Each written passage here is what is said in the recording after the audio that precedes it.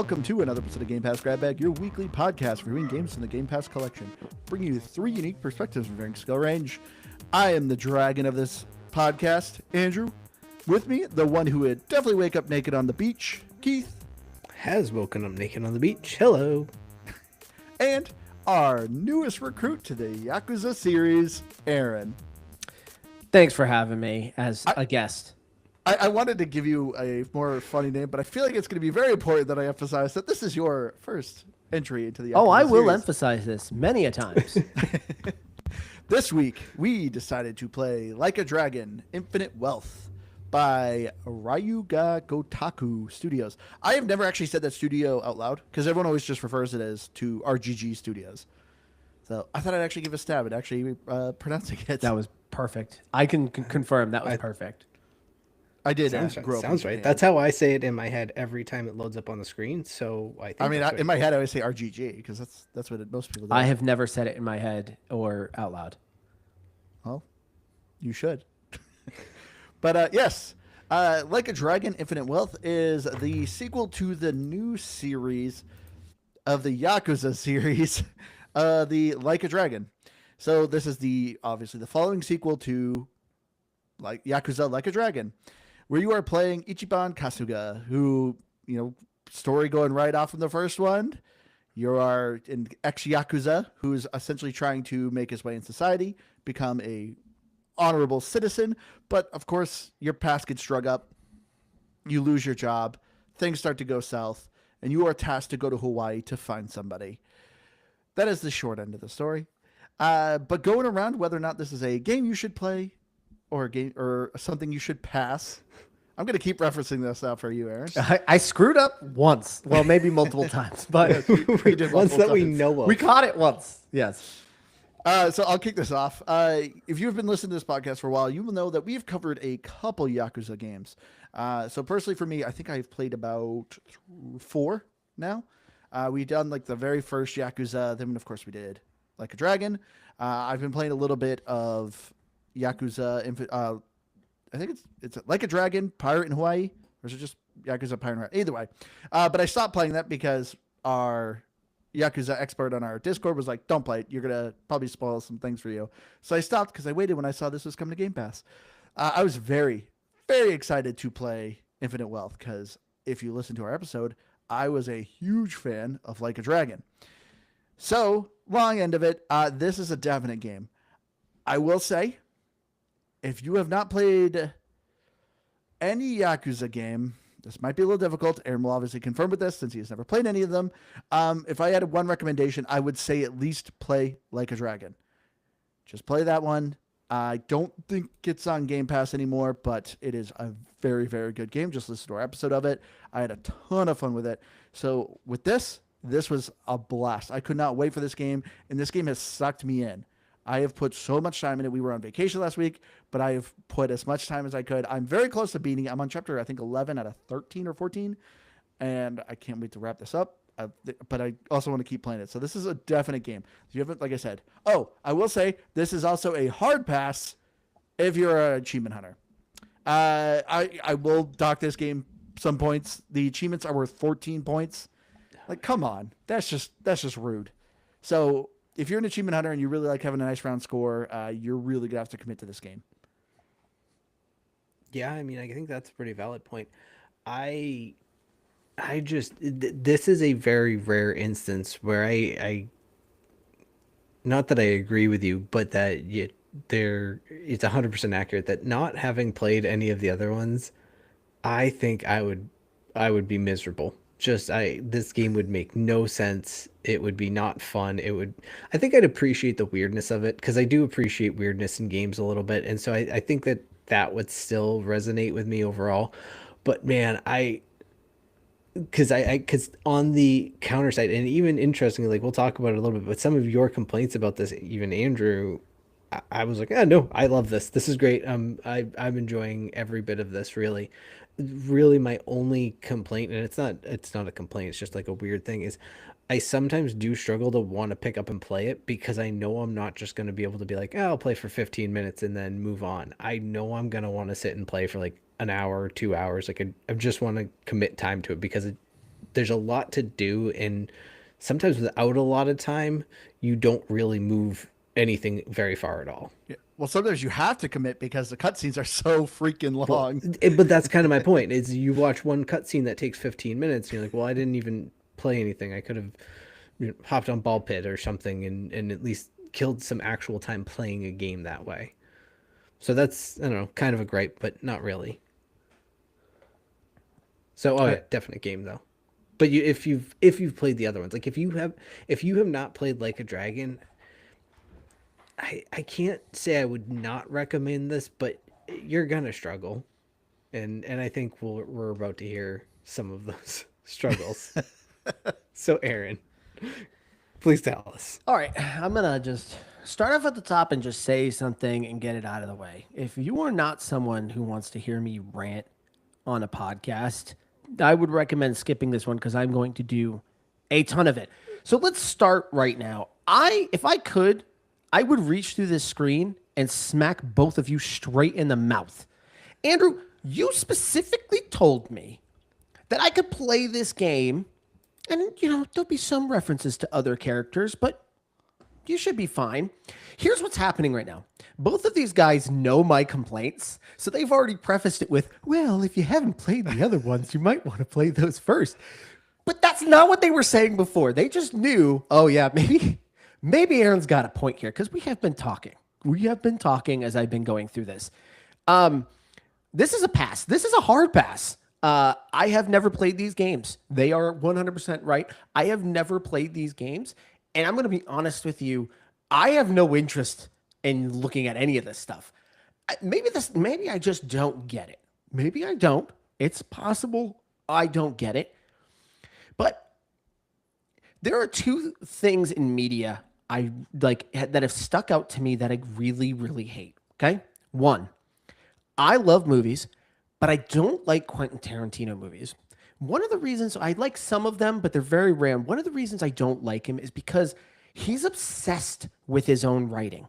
He loves his dialogue, and his movies feel like just a constant, never-ending flow of dialogue. Two, I remember the first time a friend of mine, a friend of ours, we all know him, he got a PlayStation 3 and he got a Metal Gear Solid game. And I remember we watched cutscenes for like 40 straight minutes before he got to finally play. The first thing you did was crawl under a car back to more cutscenes. And I remember thinking that is the worst game design I've ever seen. This game violates both of those rules. This game is nothing but a giant cutscene that just never freaking ends. And then when it finally lets me play, it puts me through a corridor. I can't go one way. Oh, I can't go that way. Oh, okay, great. So then why don't you just make it a cutscene to go down there? What am I even doing here? So I'm just walking down this street. Thank you for letting me play to walk down a street. Really appreciate it. Can't wait to get to my next 40-minute long cutscene. I'm not playing anything. Nothing is happening. And Andrew says, wait till you get to chapter 5. And I think chapter 3. No. You said 5 first. You said 5 first. I said 5 is where you get the base building. Okay. Yeah, now we're gonna do this. Okay. And I'm thinking, okay, well, it's just I have text there. It says chapter 3. It's just chapter 3. That shouldn't take too long, right? No, these chapters are unnecessarily long. Why is about an hour and a half of the first chapter this weird dating sim that does nothing? It literally goes freaking nowhere. I cannot understand. It does go somewhere.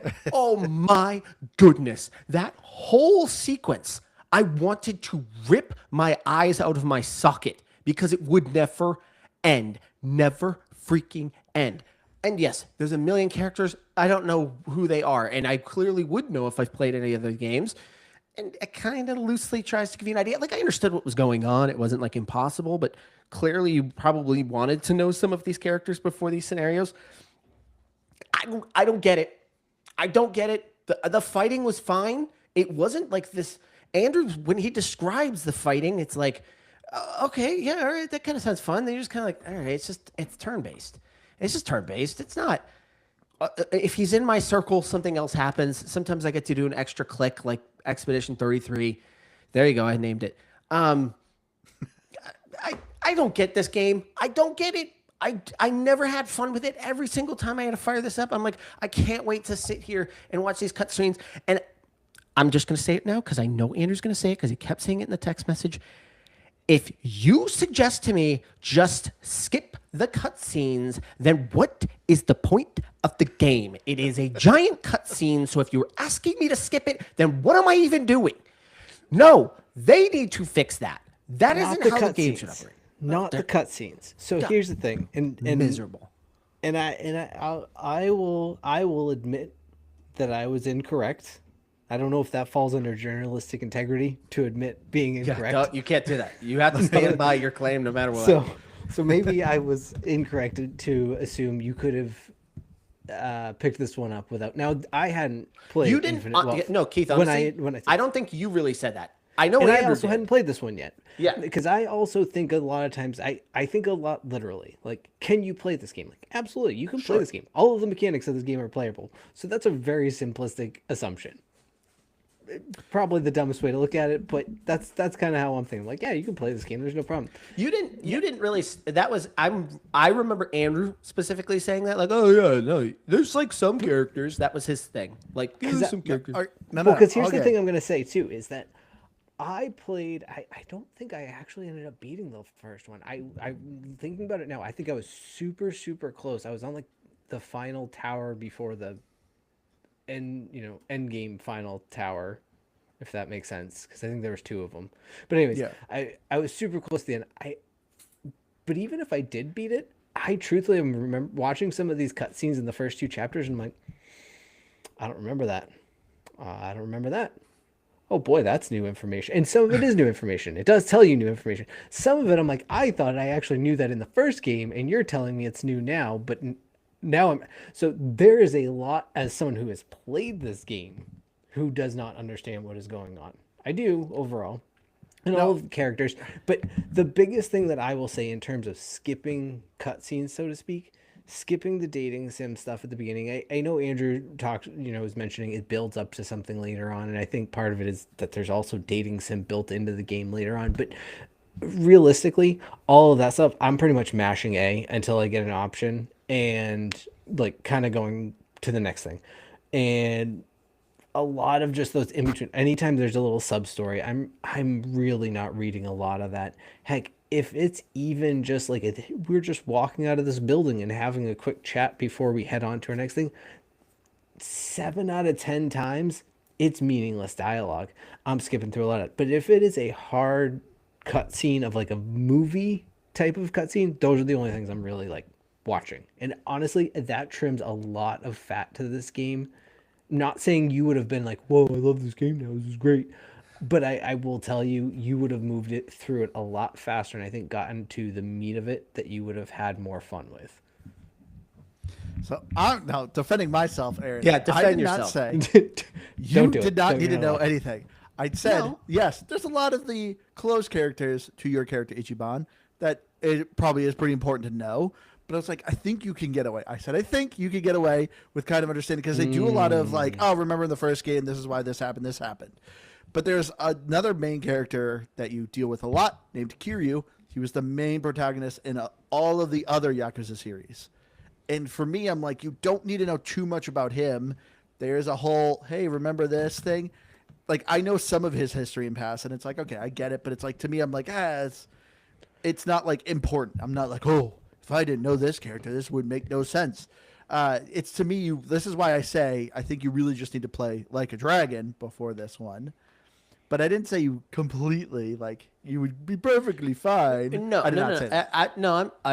I am somewhat putting a little extra on that. Yes, but you did sound like, oh, it shouldn't be too important. And okay, fine. Like I said, the general story, fine.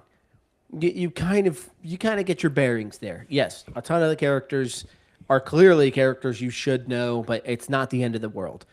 It's not even just that, though. It's just the straight vibe of the game. Like, I couldn't believe how little game I was playing through it. It was like And you called it, Andrew, like you called it like the intro. And I was like, this has got to be the longest intro of a video game that's ever existed.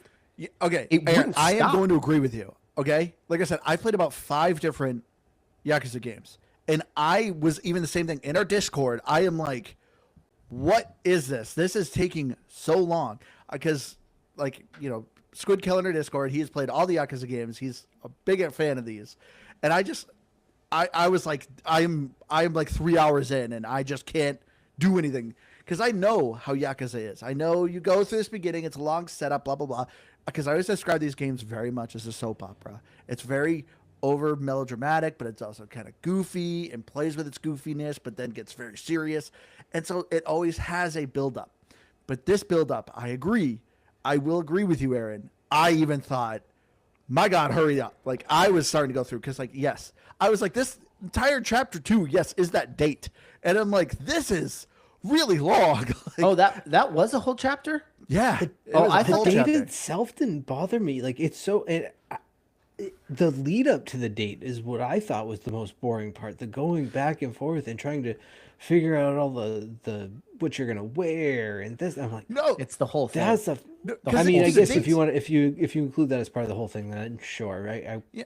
But truthfully, yeah, the date itself portion, I thought that part wrapped up really quickly. All I considering. guess. But then you do the date, and then it's, hey, let's recap the date. And it's you sitting with your partners talking about it. And I'm just like, I just did it. I don't need to talk about it. Like it is kind of funny. Like there are obviously some funny moments with it because obviously it's guys giving advice that it's like they don't really know what they're talking about. So it's like obviously kind of funny. But I'm like, come on. Like I don't need to recap the date that I literally just did. Like, can we move it on? Maybe that sequence means a little bit more because you know these two characters from the previous games. Clearly, Yes. she's a character that's existed in previous games. Yes. So again, maybe if you were already a fan of this, you get to that moment, and that moment's not that weird. You're kind of palling around with your guys that you've been playing for years and years in with the other games, going on a date with somebody you've known for years and years in the other games. Just one game. For me, I don't like. I'm coming into this. So again, if you want to go hate on me, and I know there's going to be some comments because you little nerds out there just making you're just an idiot who doesn't understand it. No, I'm a normal person who's played this game for the first time, and that is a sucky experience and a sucky introduction to this game. Like it simply is. And if you want to blame somebody, blame Andrew. He made us play this game. So. Well, because we already did like a Dragon, Aaron, and I'm sorry, you're not part of this, so we wanted to play it for a while. I just again, if you hate my ranting, I tried to get out of this episode because I was like, listen, I don't think I'm going to be of any benefit here because I'm not having a good time, and they told me I had to be here. So if you hate this, again, direct all complaints to Andrew. I just. The whole dating sequence. I didn't even know that was a whole separate chapter. I literally thought that was all part of chapter 1 because it just felt like a constant run-on sentence. Like the whole thing just never ended. Just build up, and it was like, okay, is this ever going to result in something? And it just felt like it. I just felt like it never would end. So I feel like it was trying to do an introduction of the characters. I'm not defending. Maybe. I'm not saying that it does a great job of doing it in a way that brings you interest if you don't know them prior, but I think it's trying to do it in two different ways. It's trying to give you just a quick recap, even if you have played it or if you haven't, sort of introducing you to the characters, but also playing on, as you said, of like the nostalgia of, hey, these are characters you went on a big adventure with, and you have these, like, it's playing inside jokes throughout it a little bit, like not huge, nothing too deep, but like there's just like, for me, I'm sitting there going, yeah, this is a little long, but I've got a big smile on my face. I'm enjoying this dialogue because it's entertaining. It's reminding me of the enjoyment I had in Like a Dragon the first time. And so coming back to it was just like, hey, here's more content to it. Yeah. So I can understand where you're coming from. And I can agree. If you're coming at this with no information about who Ichiban is or any of his cohorts there, none of this is interesting. And they do it in a way that it's like walking into a job on the first day and everyone's telling inside jokes and you're just kind of sitting there like, haha, cool. Maybe this will be funny in 6 months, but today I don't know anything about the story about the time that that person's folder got deleted, but everyone's laughing about it, and I think I'm supposed to. So I one thing I do like kind of praise for this game is, I mean, it also is a little bit to its detriment. So usually a lot of people, when a game comes out with a sequel, they go, I can't play this because I need to play the sequel. But like a lot of modern games are very much like heavy-handed of re-explaining things constantly. But this game is clearly meant for fans and continuing for fans, and it's not too heavy-handed, because usually when they say, oh, remember this character, they literally do like a quick screenshot. This is what the character looks like. That's it. But like they don't go like crazy in the story. Hey, remember this character? And we went on this adventure and we did this thing. And we, like, it doesn't do that. It very much is like expects you. It's a game just made for fans of it. And so like that's what I really do appreciate it. But I was curious to see, obviously with Aaron, of how bad is it. Did you at least appreciate, like, do you understand what the story was trying to build to? Oh yeah. Oh yeah. I don't. The overarching story, don't have an issue with it. Don't have an issue with it. Totally fine with it. And I don't even have an issue. I know, again, and kind of our texting back and forth on this. You had said, and you had said earlier in this podcast too, that you kind of call it a soap opera. And I really wouldn't describe it as a soap opera. To me, it clearly feels like what kind of an anime kind of feels like. Where Well, you haven't got to the backstabby stuff. yeah, what the thing is even in modern day animes, they can be super goofy and then super serious in like a blink of an eye, and it works in it. I didn't have an issue with that. Like I didn't have an issue with what it was trying to do. It just never stopped. It just never knew when to say, all right, it's time to start giving them some gameplay here. It's time to start opening this thing up a little bit. It just kept going. And obviously, the game gets there. But my goodness, is it just a hike up a mountain to get there? It's just crazy. I can't. I mean, I was blown away by it. And maybe you're right, Andrew. I think both of you guys are probably right. If you're a fan of this series, you probably get to this, and those moments aren't going to bother you because you've built up these connections and these pieces with these people that you're getting to these moments, and it feels rewarding to get to those moments. As an outsider, it was like, I understand the overarching story. I don't understand why I have to watch these guys sit in a bar for a long time, hanging out, eating and drinking beers. Like, let's move it along. Let's get some gameplay going in here. Yeah. I mean, I've noticed this with a lot of, generally with the Yakuza games, it generally kind of starts off very much about nothing. And there is usually about a midway, probably a little bit more than halfway, where just things just drop. So that's what happened, sure enough. In this game, I will say the main story of it, it's very much you are searching for a person. I don't want to say too much because obviously it'll be a bit of a spoiler for the original Infinite Wealth or original Like a Dragon. And then I don't want to spoil too much of this. Because, like I said, I recommend you at least play Like a Dragon. But you're hunting this character down, and it's a lot of just chasing trails, and it's not really doing too much. Giving you characters, you're learning these characters, building bonds with them. I mean, I was enjoying it, but it wasn't like crazy hooking me. I felt like a Dragon was, because Like a Dragon was very much Ichiban is a 40-year-old guy trying to basically start his life new, and it's very kind of endearing of like, it doesn't matter how old you are. You're never too old to just restart your life was kind of the whole story of that. So it was, even at the beginning of that game, it was kind of fun. But in this one, it did feel a little draggy. It felt very much like, oh, it's more building these characters in the relationship because you're getting a whole bunch of new characters. But when things and the plot twists started to come around, I really like this game. I'm really interested to see how it ends, even though I will say too, hopefully it didn't play Pirate in Hawaii, because there is kind of it essentially tells you kind of how the game ends. Yeah, hold on. I kind of know how the game ends. Can you actually clear that up for me real quick? Yeah. Because obviously I remember watching, what was it, the Xbox showcase, and you get a naked Ichiban. Yeah, that was for Infinite That's Wealth. this one. That's for this one? Yes. Yeah. I thought that was the pirate one. No, the pirate one was playing Majima. He's the guy who has the eye patch. Okay. And he's obviously dressed like a pirate, but the trailer for that was like him doing a documentary and him Oh, explaining okay, like, okay, I have yeah, amnesia and I am getting those two confused. So hold on. Yeah. Which game comes first? This one. So Pirate 1 comes after. Pirate 1 came Yes. out, right? Yes. Okay. I So- feel like I'm always seeing trailers for these games. I feel like they're releasing these games like every 2 years. Oh, they come up pretty quick. Because I remember too the same thing when I saw the trailer for this with Ichiban waking up naked.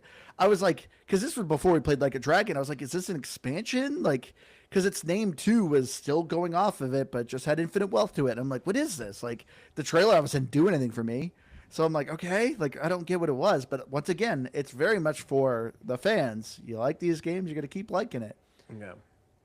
But yeah, the pirate one, because there's two types of styles of how these games are, where it's Like a Dragon here is a turn-based RPG, and if you're playing kind of the Yakuza game or Pirate in Hawaii, it's actually more of an action game where you're actually dodging and everything's free-flowing.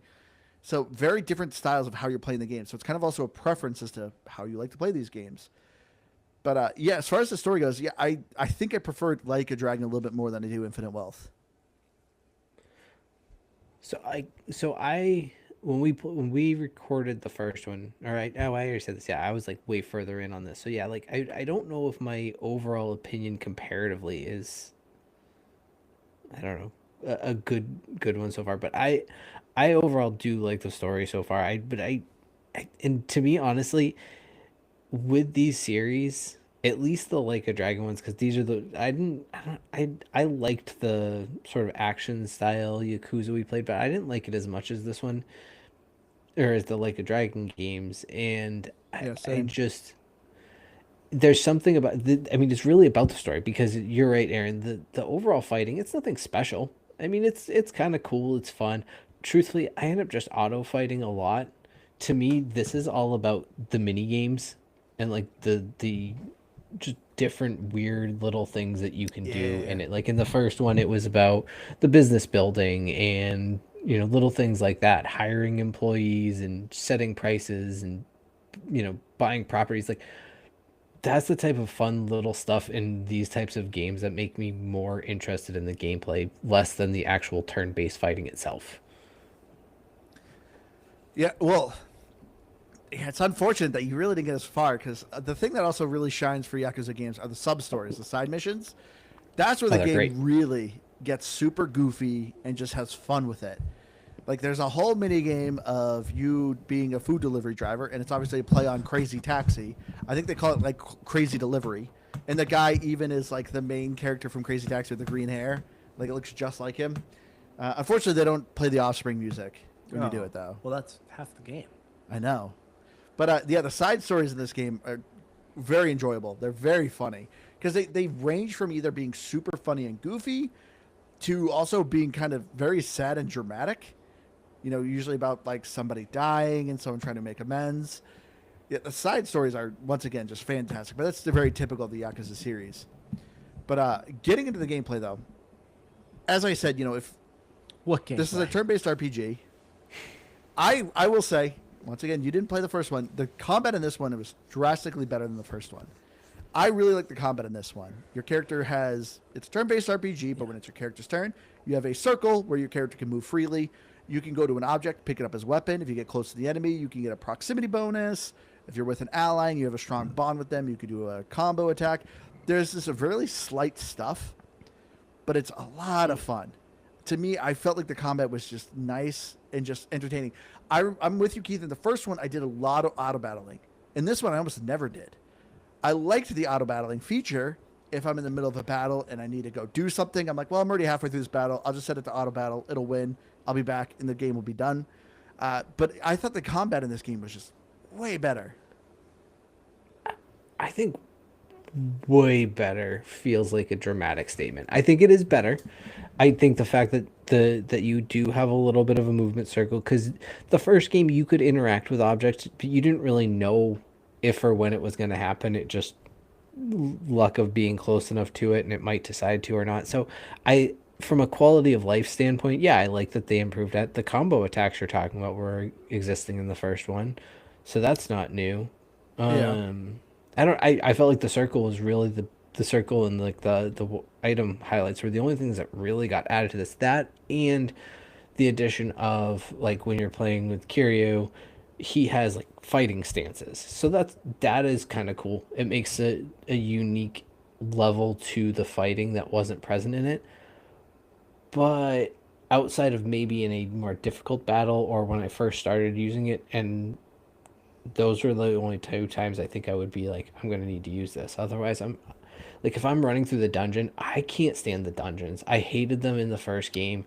Like when I just have to run through a long sequence of one of the Yeah. sewers. It was boring. The music is bad. It's repetitive. Everything looks the same. Those sequences are just awful, and I will auto battle every time on those. But yeah, if I have like an actual big fight, again going back to like the towers at the end of the first one, those ones I wasn't auto battling, and I probably wouldn't in this one either. So maybe I'm being unfair here, but that's how this thing works. You are. We're not going to say maybe. You are. Factually, I am being unfair here. So Andrew again talked about, as he just said here, he's a big fan of the fighting here, and he told me that before I got into it. Like, oh, the fighting's great, and the fighting's fine. It's fine. It's very simple. I think I got into this again because of Andrew saying that, and maybe again that's the part that I might be being a little unfair because I was kind of primed to think that this was really going to break the mold. It's fine. It's a slightly better than your average JRPG fighting style, like turn-based fighting style. Just slightly better. I didn't. Cool. You can pick up an item. Awesome. Oh, there's a circle. Super cool circle. You also didn't get the job system and the weapon crafting. Up. We're talking about the fighting, Andrew. We're talking about the fighting. The thing I had to wait about, I don't know, 2.5 hours to finally do in this game. And then it's like, that's it. Like, that's it. These are my menus. I do there's an item. I hit attack or I hit, basically my special move. Okay, cool. I guess. It's fine. It's fine. It's not bad, so I'm not gonna sit here. Oh, I just activated my phone. It's gonna start yelling at me. I said a magic word apparently. So I don't know. It's hard for me to walk away from that one and be like, you know what, that one really didn't. I've played games with when it feels like it's really special combat. This is not it. I'm not really sure what Andrew's talking about. I'm gonna be 100% honest with you.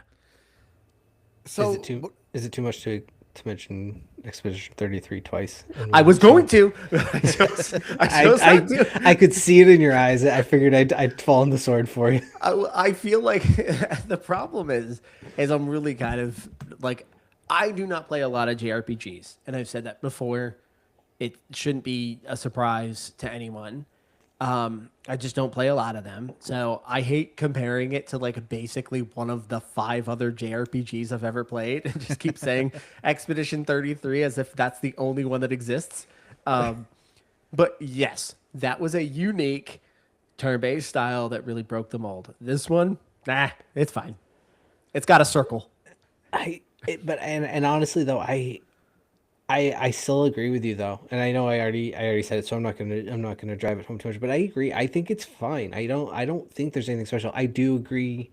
Andrew started to mention it. He can definitely talk to it better. Like the job system is a cool layer in how it adds the different like the different moves, and it does sort of change up like what your character's fighting style may be. But truthfully, at the end of the day, the fights still remain the same, and 75% of the fights you can get away with an auto battle on without any concern of losing.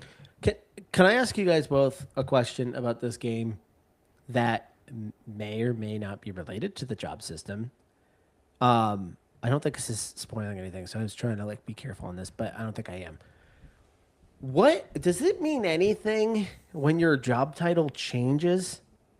Like mine changes 3 times before you even had chapter 2, and you fought like 5 people. What does that do? different skill sets, different attributes. So, you got Namba. Like his job is being a homeless guy. Yeah. He's very strong at magic attack, so he's really good with his skills. Oh yeah. But if you ever people did his magic. melee attack, it's super weak. Natural, So that's essentially what the job title is. So with Ichiban, your freelancer, he's very good at melee, but not very good at magic. Hero is a bit of a mixture of everything. So you your can't- job, Do you ever choose to be one of those? yes.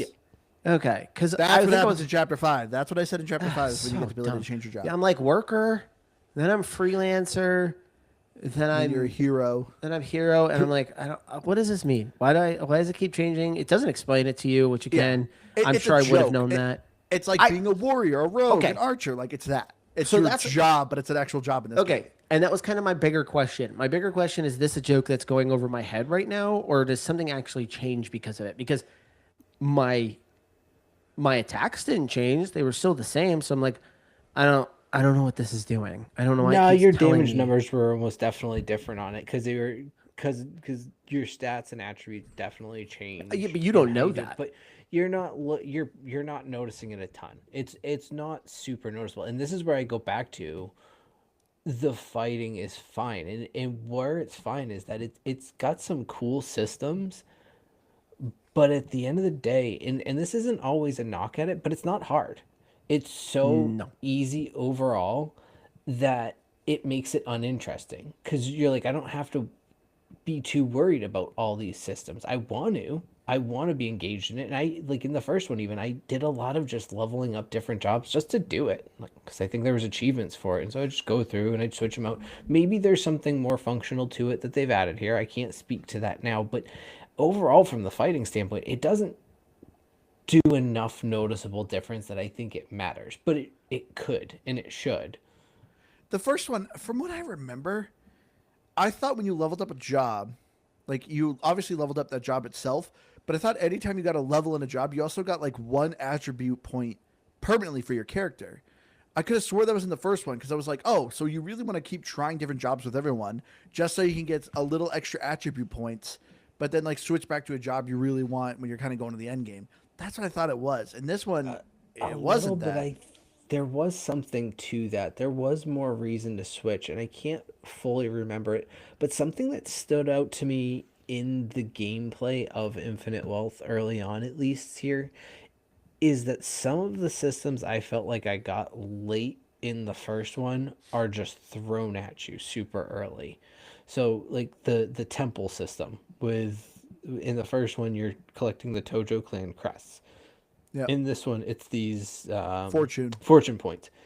It's a cutscene. It forces you into, and it's in chapter 2 or early in chapter 3 or whatever it is. Chapter 3, that's when you're open. Exactly. So you're not exactly finding this out when you have 200 of these things, wondering what in the heck do I want. And then by the time you can actually spend them, you don't need any. Or at least in the first one, I didn't need any of the things I could spend them on. Here it feels valuable to be collecting them and know what they're for early on. And there was at least like one or two other systems that I was like, oh, you're explaining this a lot earlier in introducing this than you did in the first one.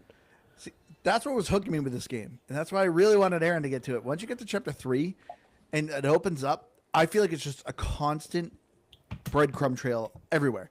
Like that's why for me it was hard to like turn off this game because it's like, ooh, there's treasure over there. Ooh, there's an enemy I want to fight. Ooh, there's somebody I want to save. Now I'm collecting Sujimons. Now I'm doing a Sujimon battle. Like I want to start, going around. It's like a Pokemon collecting system.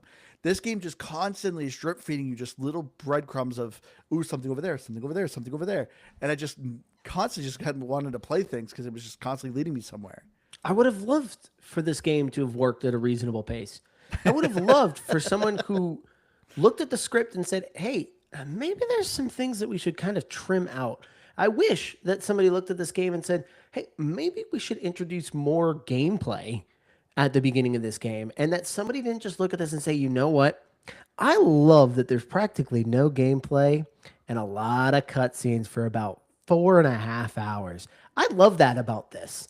I don't understand that. And I like I said, if you're listening right now and you're raging right now, it's because you like these games. You've played these games. So you got to that and said, this is fine for me because it all makes sense for me. As an outsider, hard pass. That is just bad game design. Period. Like I said, Aaron, I don't fully disagree with you that. And I think, and it shows, I think, with Like a Dragon, Pirate in Hawaii, because literally within 15, 30 minutes, you're in combat. You do a little more dialogue, more combat. Like it really, to me, felt way more fast. Like I said, I was in. You could even I have receipts in the Discord where I'm like, my God, this is still going. So I do agree with you, Aaron. I do think the beginning of this game is rough. But the crazy thing is, you say the beginning, and some people listen to that and go, "Oh, the beginning, like first 30 minutes." No, like the beginning. I don't disagree because I hate that. You're saying multiple chapters. I hate that when people are like, "Oh no, you got to play 8 hours of a game. That's when you get the real game." And it's like, well, then make the whole game the game. Like, come on. So I don't disagree. I don't disagree. That is a bad game. There's a lot that happens a lot in gaming discussions where you have to get past a certain point. Then that's bad game design. That's like I remember in Destiny. Well, once you get to the raid, that's when Destiny becomes Destiny. It's like, well, what's the point of it? I shouldn't have to be miserable for hours before the game becomes something worth playing. You're not That's wrong. poorly made. Well, I don't disagree with that argument. And I even think that the opening of the game is slow. I just think you're being really dramatic about the like, oh, I never fight anything. No. If anything, I truthfully, in the first chapter or two, thought there was too much time of, and this is a little bit agreeing with you, of me running from one point to another needlessly and getting into fights that I didn't need to get into just to get from point A to point B when there was nowhere else. I don't mind getting into kind of constant fights when I'm just roaming around the city open.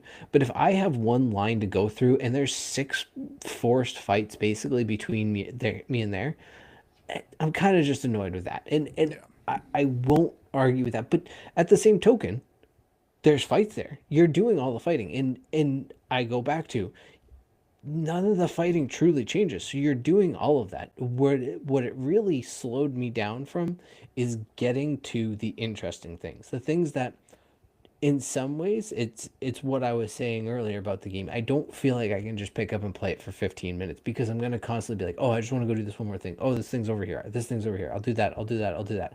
And I'm going to want to play it for like an hour, 2 hours. In some senses, that is a good thing. But in some senses, there's almost too much of this drip feed that it's like almost information overload. Like there's too many things going on that I don't know what to do. It does pretty much always tell you, here's what your main storyline is, and you can focus on that pretty quickly. So that's a nice thing about this, like any RPG. But yeah, there's sometimes I think there's just too many things that it's like, oh, here's a new system, here's another new system. Oh, and by the way, here's 2 more actually we're going to introduce in the same time. Okay, like well, the dating sim like the is like mini-game kind of stuff. weird, but the kind of like rhythm, tapping your controller was kind of a cool way to like make that an interesting play style. But I didn't want to do a lot of the dating sim because it seemed really boring otherwise. Oh, the dating sim? Yeah, and just a really weird, creepy way for the developers to be like, hey, we're gonna get some pictures of girls and make them part of the game. How much of the dating sim did you do? I did the first 8 and that was it. But but I also didn't play a ton past that. Oh man! Once again, I said this in the Discord. The dating sim.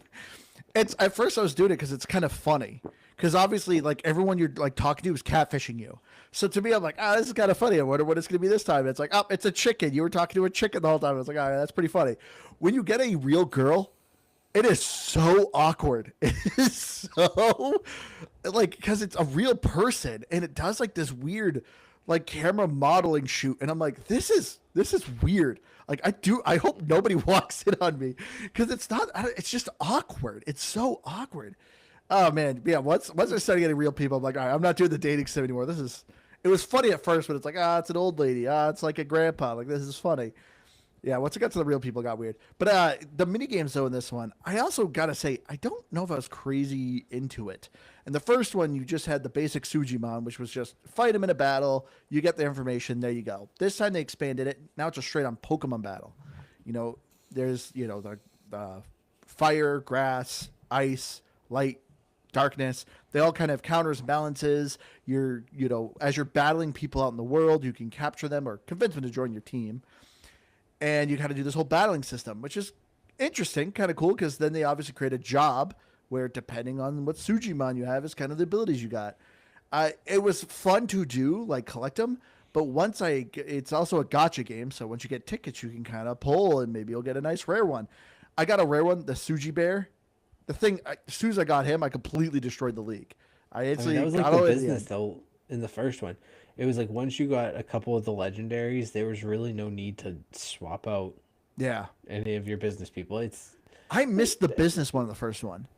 Because they have a business one in this one, the Dundoko Island. Do Did you you get to though? that? Because you could. That was one of your only complaints in the first one, and honestly, rightfully so. It was sort of boring running the business day of Yeah. just sitting there and waiting for it to just tick by for like 15, 20 seconds every time. Just no The gameplay. Dundoko one is way boringer because Oh, it's, because the business one at least was a button and it did an animation done for the day. Dondoko, no, you got to sit there. You got to sit there and wait for the time to go, and then up end of the day, you got to go through 3 days for your clients to finish up the resort and go home, and then that's when you get paid. Yeah, Dondoko was super fun at first. I played a bunch of it. Once I got to the end of it, completed it, I was like, great, awesome, got a bunch of money. But then it's like, oh, you can get more money by keep going. So it's like, okay. But no, it's a lot of sitting there. I literally keep it as an idle sometimes. If I know I'm going to be doing something, I'll keep Dendoko Island up and I'll be doing dishes or whatever and let time go by. But it was a fun mechanic though. I really liked it coming out. It was like collecting resources, fighting enemies, building buildings. Really cool. But yeah, it didn't work great end game. Aaron loved that. That was his favorite part. I mean, I don't know. I have no. He has thoughts no on that. idea what we're talking about. No. He's still trying to figure out when he's going to get his first battle.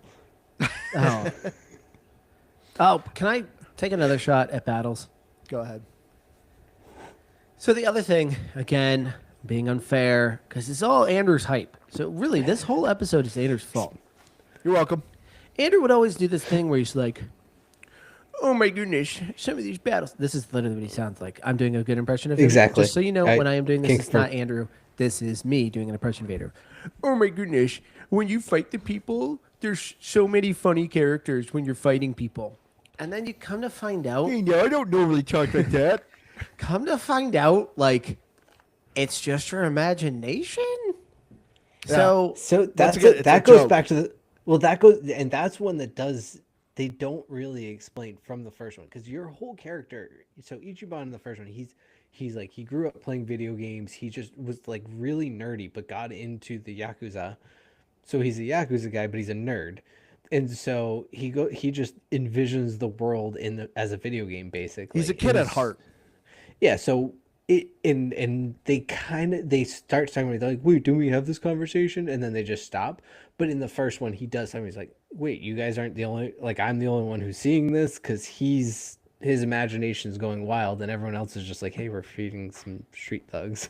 yeah, well, so that's the thing is, Well- it's like, I felt like, oh, they realized they didn't want to make a video game where you're just fighting street thugs all the time. So they're like, well, this guy's a chicken man. And it's just like, oh, okay. So because it's in his imagination, just weird people show up for no reason at all, just because it's in his imagination. I was like, Well, I guess that's funny. It's Andrew's just over there Yakuza. thinking, Yakuza games are always very weird. I mean, here's a perfect screenshot of an example. This was a side quest story of where I had to find a guy that a girl wanted to confess her love to. And of course, everyone's buried in the sand up to their head. Like, this is a very typical Yakuza thing where it's just, oh, you think you're doing a simple diaper task, but it's just clan weird. In the first one, of all the whole Yakuza guys that are all dressed up in diapers. Oh, he's back. He's back. I I'm think sure appears he in is. every Yakuza game. As I say, there's characters like that show up, and so that's where, to me, like, this is a personal thing. This is not going to appeal to everyone. I like absurdist stuff like that. It makes me laugh, and like, this isn't actually funny for any particular reason other than it's just completely absurd, and so it makes me laugh.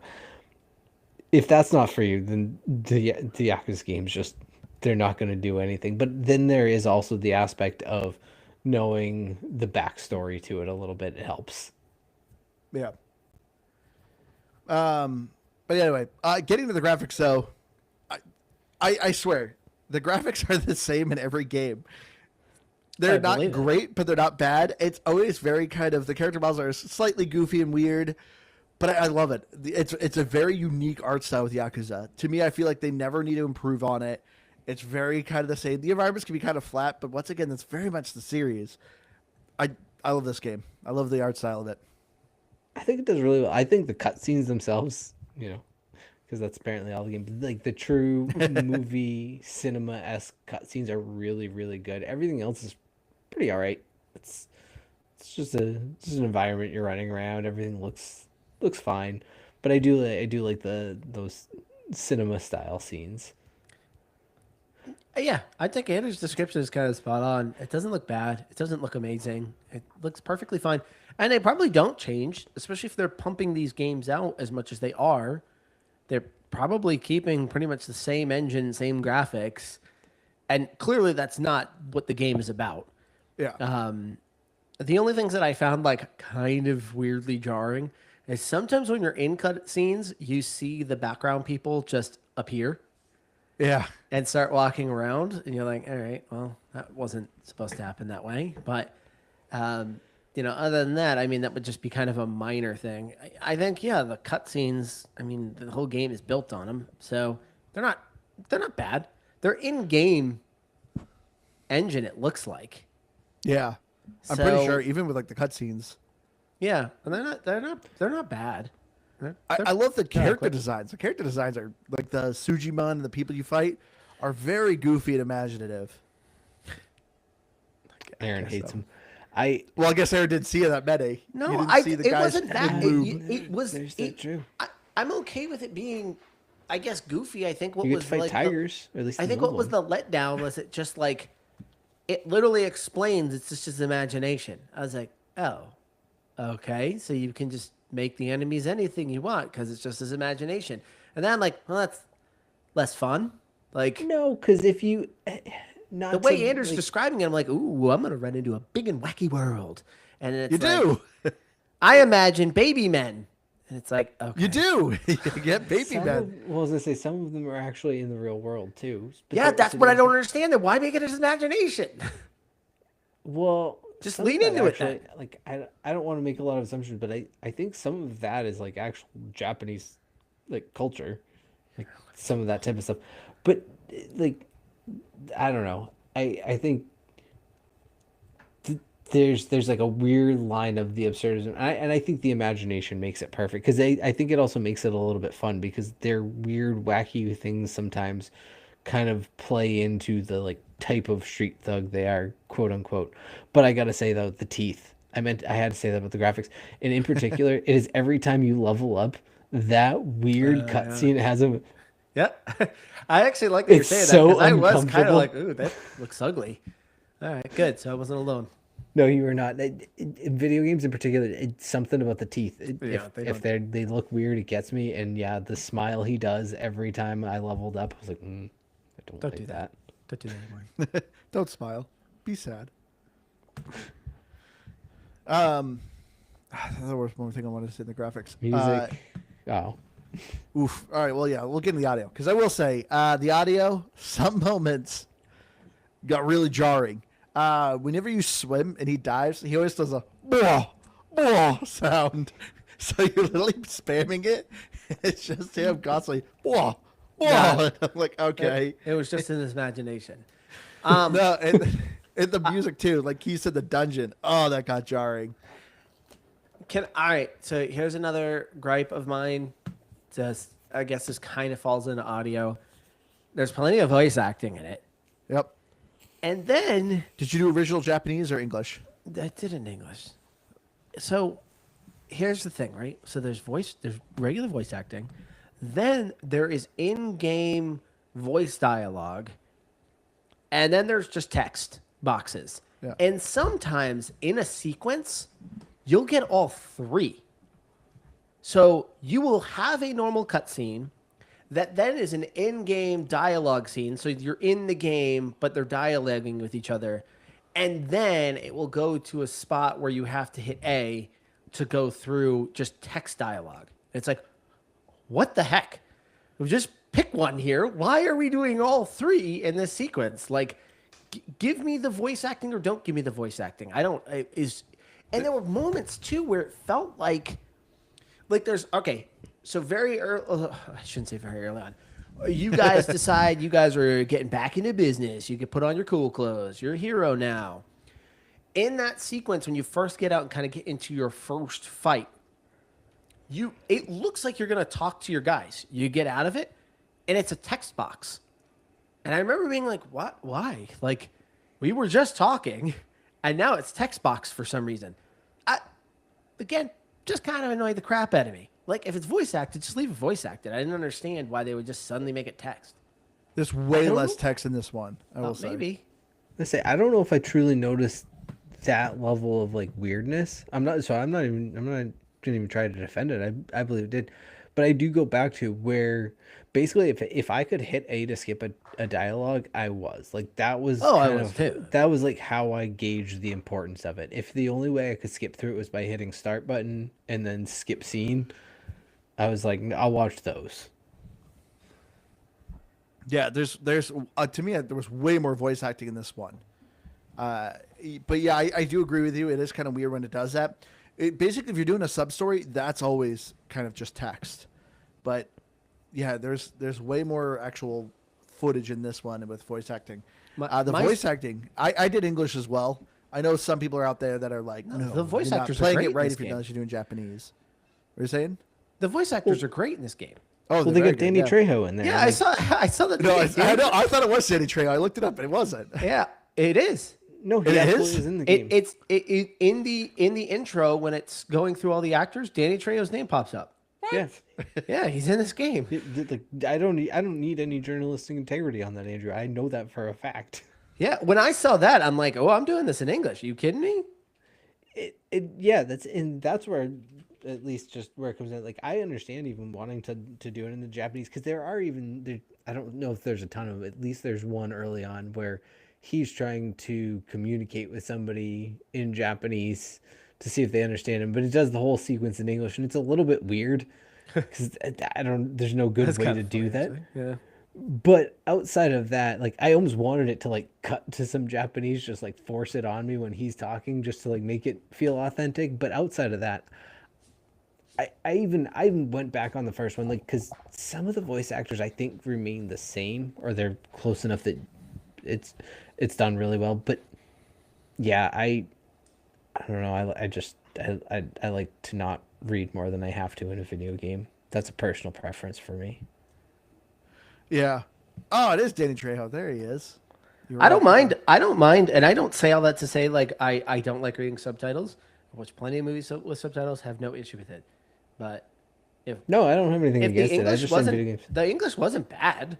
It didn't sound jarring and out of place. It sounded like it was almost built with English dialogue in mind. Yeah. And not like being I elitist understand, and- I used to be that person of like if I'm watching anime, it's got to be in Japanese. But like obviously back in the day, like English voice acting was so terrible when Yeah. it came to like Japanese stuff. The But English now it's dubbing good. was horrible. Yeah. Yeah. Now it's all pretty solid. And so for me, I'm like I'm way more accepting to watch an anime in English. It depends on the one. Some of them I'm still like, I prefer in Japanese. But Do you watch One Piece in English? I do because that is very long and I like to keep it in the background because it's like I don't want to be like trying to read while also keeping up with it. And I like the voice actors in One Piece, the English ones. Make sure you guys burn him in the comments. I don't care. Aaron asked that Poser. question solely to save himself for this episode. Yeah, I wanted someone to I be know, like, Aaron's- excuse me? Aaron's just trying to direct all hate towards me. I mean, basically, this episode is your fault. So, But yeah, so overall the dialogue can be pretty annoying. Unless it's frustrating too because there's a lot of times where I want to play and like watch TV or something, but then a cutscene happens and I'm like, hold on, I gotta stop watching my YouTube video and I gotta put on my headset and actually listen to it. Because if it wasn't for that, if it was like if you're doing sub stories, like I said, it's all text. It's just playing the game and grinding. Obviously don't need to listen to it, but there is just so much cutscenes and when voice acting happens, like, well, I gotta listen to this now. So it's a little difficult sometimes to actually like listen to a podcast while playing this game. But yeah, overall the audio is hit or miss. But getting to the achievements though, like I said, the achievements. Why RGG, why are the gamer scores 14? Like It's Like, in your why would you- imagination. They specifically decided, I think, to make you play the game so you can get to an even score. Now, it's all story stuff. The story ones are worth 14 points.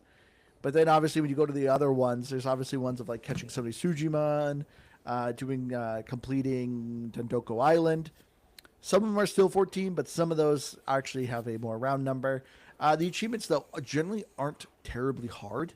There is some extra bonus ones. It's up to 1,200 gamer score to do New Game Plus on Legendary difficulty. So overall, though, if you are playing this game, it's not that hard to 1,000 it. It is going to take a significant amount of time. For time to beat, did I close it? You're looking at 58 hours to do the story. 86. 5 if you're hours looking to gameplay. do all the side It's stuff. actually the total. 53 hours of cutscenes. Yeah, 5 hours yeah. of gameplay. I would believe that. But anyway, let's get into our final thoughts of Like a Dragon Infinite Wealth. As I said, for me, this was a game. I had a lot of fun with it. I loved Like a Dragon. And to me, I'm like, I can't wait to try this one. It has been on my list. I've been so close to buying it. But, RGG games, they usually come to Game Pass. And I saw that Pirate came. I was like, you know what? There's Infinite Wealth's probably right around the corner. I was very close to pulling the trigger on it because these games are worth your money. Like, you will get a lot of hours in these games. So I was close to buying it a handful of times. Finally, I saw it come, and I was like, yes, we're doing this game. So I apologize if you had to hear Aaron complain and whine, but you know what? We wanted to make sure that if you have never played a Yakuza game, this is worth your time. So this is definitely a game worth your time if you've played Like a Dragon. Just buy it. If it's $20, $40, $60, it's well worth your money. Very fun game. Great story, great characters. And this is obviously a continuation. Really played for the fans. I think I enjoyed the first one a little bit more. I thought its story was a little bit better. The combat in Infinite Wealth is better. But I thought the mini games in the first one were a little bit better. Overall, though, I had so much fun with this game. I can't wait to finish it. Because then I'll probably jump right back onto Pirate in Hawaii. But for me, this lands at a 90. I give this a 90. Yeah, I mean, the first one surprised the heck out of me. I didn't really know what I was getting into when I started playing it, other than at the time Andrew was like, "Hey, you're gonna love this," and I'm like, "Aaron, I loved it." And so I was just excited for this one to come out. I want to defend Aaron a little bit here.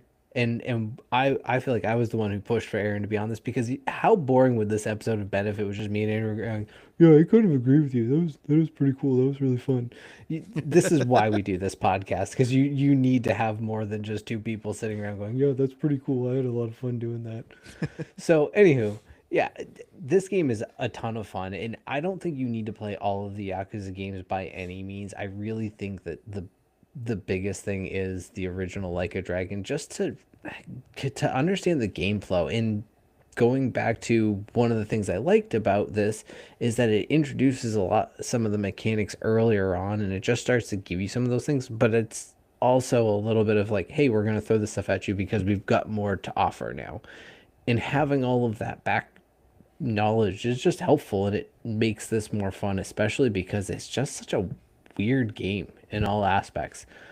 But I loved it. I'm excited to just keep playing it. It'll be a game that, as long as it's on Game Pass, I'm just gonna keep picking at here and there. And yeah, it's a definite game, but either, I guess, shell out the money for Like a Dragon, the original, to play that first, or just go into this with a little bit of an open mind, knowing that this could be a lot of time before it starts to get fun. But I would give it a 88 is what I would give it. I don't know what much more I could add to this that I haven't already said at this point. It just simply, if you are a fan, you're going to love it. Anders, spot on. I'm sure it'll make a lot of sense to you. This will be right up your alley. But if you are looking for something fresh on Game Pass and you see this Infinite Wealth game and it looks like a good time, just don't click it. It's not made for you. It's made for the other nerds out here. So Yeah, if you love cutscenes and you love just dialogue that just never ends, if you love dating sequences that just go on for what feels like an eternity, with no real resolution to that whole dating sequence, I'm sure it happens, I don't know, 17 hours later. If you love that type of stuff, then this game is for you. But, oh, gosh, I did not have a fun time with this one. I'm going to give it a 45.